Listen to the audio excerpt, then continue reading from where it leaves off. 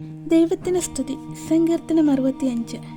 ദൈവമേ, സിയോനിൽ സ്തുതി നിനക്ക് യോഗ്യം. നിനക്ക് തന്നെ നേർച്ച കഴിക്കുന്നു. പ്രാർത്ഥന കേൾക്കുന്നവനായുള്ളവേ, സകല ജഡവും നിന്റെ അടുക്കിലേക്ക് വരുന്നു. എൻ്റെ അകൃത്യങ്ങൾ എൻ്റെ നേരെ അതിബലമായിരിക്കുന്നു. നീയോ ഞങ്ങളുടെ അതിക്രമങ്ങൾക്ക് പരിഹാരം വരുത്തും. നിന്റെ പ്രകാരങ്ങൾ പാർക്കേണ്ടേനെ. നീ തിരഞ്ഞെടുത്തടുപ്പിക്കുന്ന മനുഷ്യൻ ഭാഗ്യവാൻ.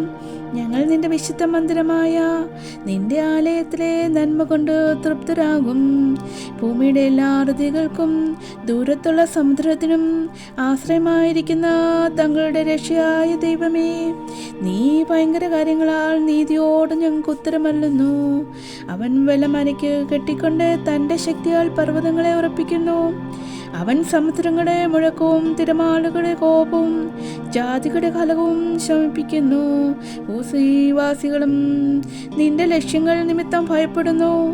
ഉദയത്തിൻ്റെയും അസ്തമയത്തിൻ്റെയും ദിക്കുകളെ നീ ഘോഷിച്ചുല്ലസിപ്പിക്കുമാറാക്കുന്നു. നീ ഭൂമിയെ സന്ദർശിച്ചു നനയ്ക്കുന്നു.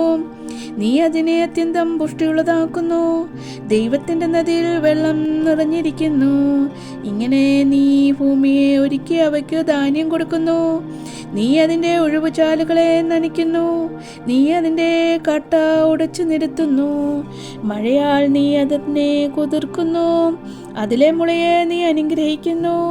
നീ സംവത്സരത്തിലെ നിന്റെ നന്മ കൊണ്ട് അലങ്കരിക്കുന്നു. നിന്റെ പാതകൾ പുഷ്ടി പൊഴിക്കുന്നു. മരുഭൂമിയിലെ പുൽപ്പുറങ്ങൾ പുഷ്ടി പൊഴിക്കുന്നു. കുന്നുകൾ ഉല്ലാസം ധരിക്കുന്നു.